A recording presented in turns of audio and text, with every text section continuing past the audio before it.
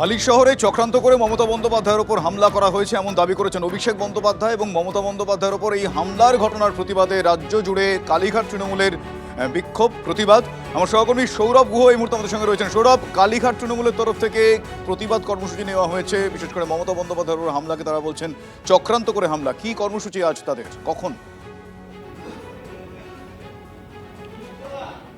দেখো, হালি শহরে মমতা বন্দ্যোপাধ্যায়ের উপর হেনস্থার যে ঘটনা, সেই ঘটনার নিন্দা এবং প্রতিবাদ জানিয়ে আজকে বিকেল 3টে থেকে 4টে পর্যন্ত গোটা রাজ্য জুড়ে প্রতিবাদ কর্মসূচির ডাক দিয়েছে তৃণমূল কংগ্রেস, অবশ্যই কালীঘাট শিবির।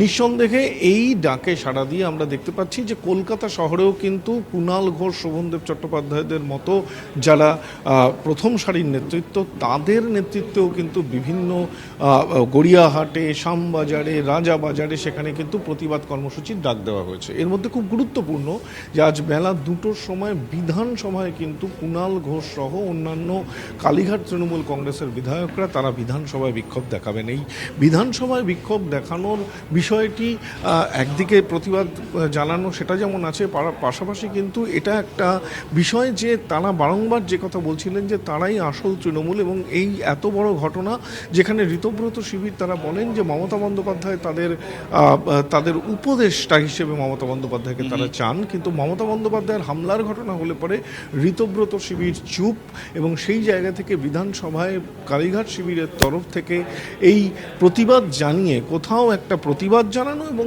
দ্বিতীয়ত ঋতব্রত শিবিরের দিকেও কিন্তু একটা বার্তা ছুড়ে দেওয়া রাজনৈতিক একটা পদক্ষেপ কিন্তু তারা করতে চলেছেন বলে। ধন্যবাদ।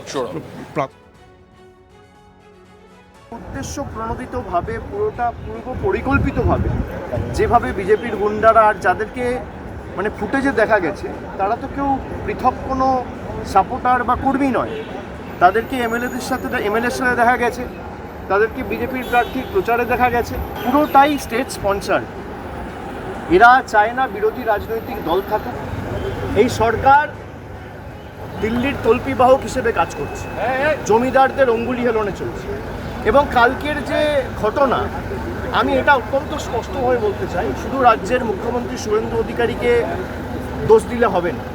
এর পিছনে প্রত্যক্ষভাবে মদত দিল্লির নেতাদের রয়েছে।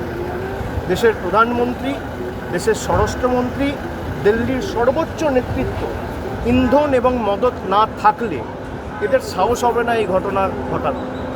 পুরোপুরি মদত দিয়েছে দেশের প্রধানমন্ত্রী, স্বরাষ্ট্রমন্ত্রী এবং বাংলার মুখ্যমন্ত্রী শুভেন্দু অধিকারী এটি এক্সিকিউট করেছে।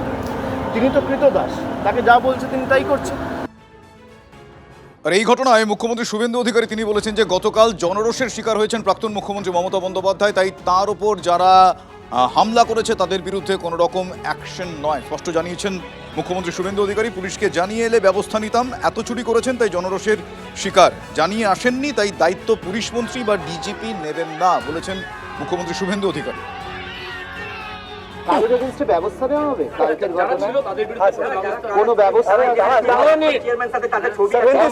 পাবলিকের জনরোষ হয়েছে, কিচ্ছু হবে না। কেউ পাথর ছোড়েনি, ছবিতে পুলিশ দেখেনি। তাদের ছবি দেখাচ্ছে, প্রাক্তন চেয়ারম্যান তাদের ছবি, তৃণমূলের প্রাক্তন চেয়ারম্যান। জনরোষ এত চুরি করেছেন, আপনি পুলিশকে জানিয়ে আসলে আমি সব ব্যবস্থা নিতাম। Responsibility goes to police. আপনি পুলিশকে জানিয়ে আসেননি, কল্যাণ ব্যানার্জি আর দোলা সেন ছাড়া কাউকে বলেননি। আপনি you are holding Z+ category. আপনি যখন যেখানে যাবেন প্রায়র পুলিশকে বলবেন। পুলিশ যদি মনে করে কোথাও আপনাকে একাকে তো অ্যালাউ করবে, এখানে কোথাও এমার্জেন্সি নেই, আপনি জানিয়ে আসেননি, তার রেসপন্সিবিলিটি ডিজিপি বা পুলিশ মন্ত্রী নেবেন।